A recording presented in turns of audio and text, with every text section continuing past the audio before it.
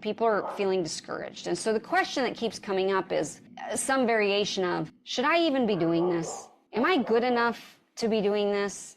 Does what I have to say even matter? It's so much work. I don't know. I mean, is it even worth it? What am I doing? And I think all of us have bouts of that where we wonder. And so I kind of wanted to just take a minute to address that and say, first of all, if you are an artist who has asked this question of yourself, then you are in good company. This is what artists struggle with regularly. It's going to be the ongoing existential question you'll keep coming back to. And here is the truth. I honestly believe this. I honestly believe that the only way through that is to keep creating. You just have to keep doing it. You have to get your butt in the chair and keep writing. But in that, I think sometimes part of why we ask that question is because we have tacked onto it expectations of what we think it should look like if we were indeed called to this, right? Because that's really what it comes down to, is none of us want to waste our time. I'm at an age now where I'm like, okay, I have a limited amount of time on this earth left. I want to spend it doing something meaningful.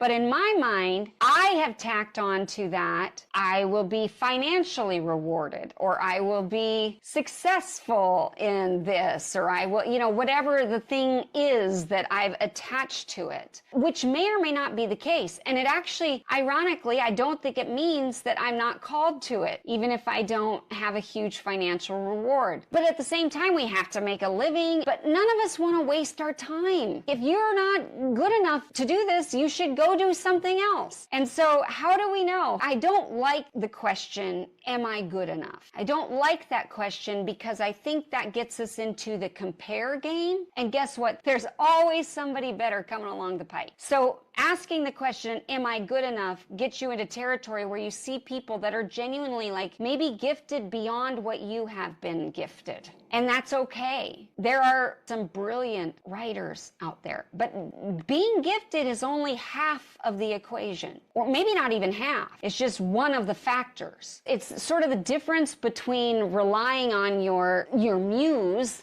and actually being a professional writer. If you're only creating when you feel inspired, you're probably a hobbyist. That's part of the difference. So the truth is, being gifted is only one part of what constitutes calling. We do have to be gifted to a certain degree. I don't think everybody can be a professional musician. I don't think everybody can be a professional singer or a professional painter or a professional writer. I think we have to have a measure of gifting in words. But then the question is, what are you doing with whatever measure you've been given? And if you're only creating when you feel inspired, you might not actually be called. Because when you're called, you are compelled, and then you take action to schedule, to make it happen, to sit down and write, and you're putting in effort. And you may not be the best writer on the planet, but by God, you work your butt off. And if you're doing that, you have a greater piece of the equation to know whether or not you're truly called to this. How much effort? Now again though, boy, that's really sad for people that have put in the effort or that keep putting in the effort, but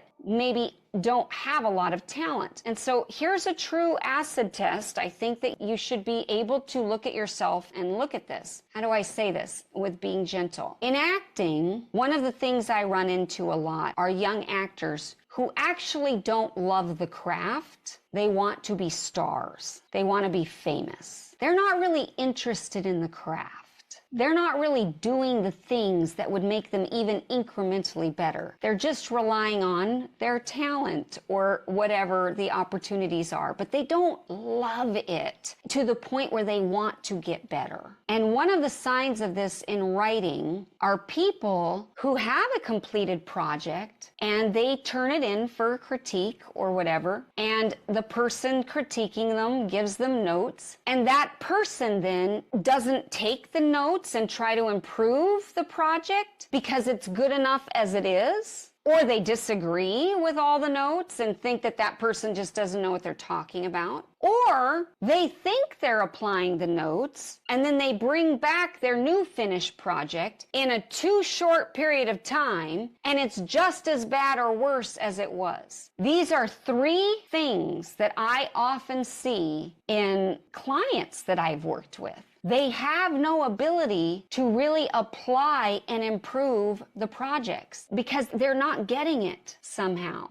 Or they don't want to do the work that it requires to actually do it. And I get it. Sometimes we get feedback and it's like, oh my gosh, this is, when it rings true and you're like, this is a page 1 rewrite. I don't want to do it. It's too much work. Sometimes we can have that reaction because it's so overwhelming because we know how much work it takes, how much effort it takes. Nevertheless, when you sit on it and you process it and it's percolating to the point then you're finally willing to do that work, as hard as that work is, that says something about you and your desire for craft over and against the quick fix, the just wanting to be a star, just wanting to get published. Most of the time, I think people, and this is really controversial, and I'm sorry if this is offensive to anyone, but I really feel like this is the case. Most people who are self-published, I find, it's because they weren't patient enough to be good enough to get published by a traditional publisher. They wanted to get published quickly, and they weren't willing to really do the hard work to make it excellent.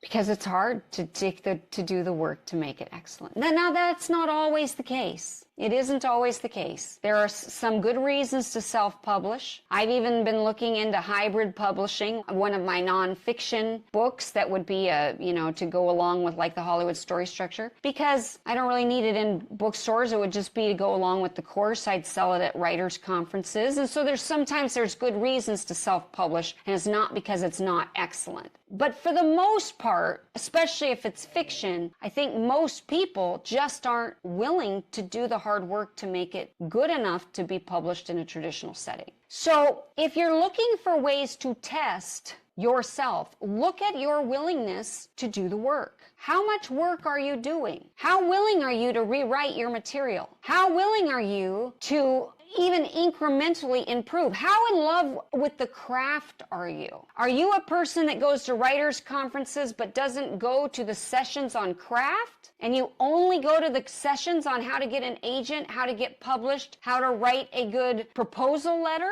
and you're only focused on the business element? Now, there's a time for doing that. There's absolutely a time for going to those. But are those all you go to? Because that's somebody that wants to be a star and not somebody who wants to be excellent at their craft, if that's all you're going to. So you've got to be able to self-evaluate and look at yourself and see, do I truly love the craft? Do I want to be excellent at this? Because that is its own reward.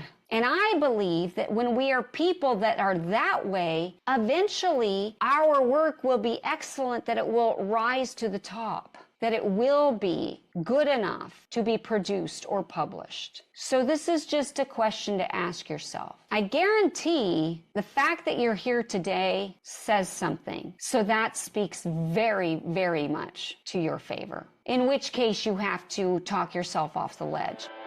Thank you for listening to the Storyteller's Mission with Zena Dell Lowe. May you go forth inspired to change the world for the better through story.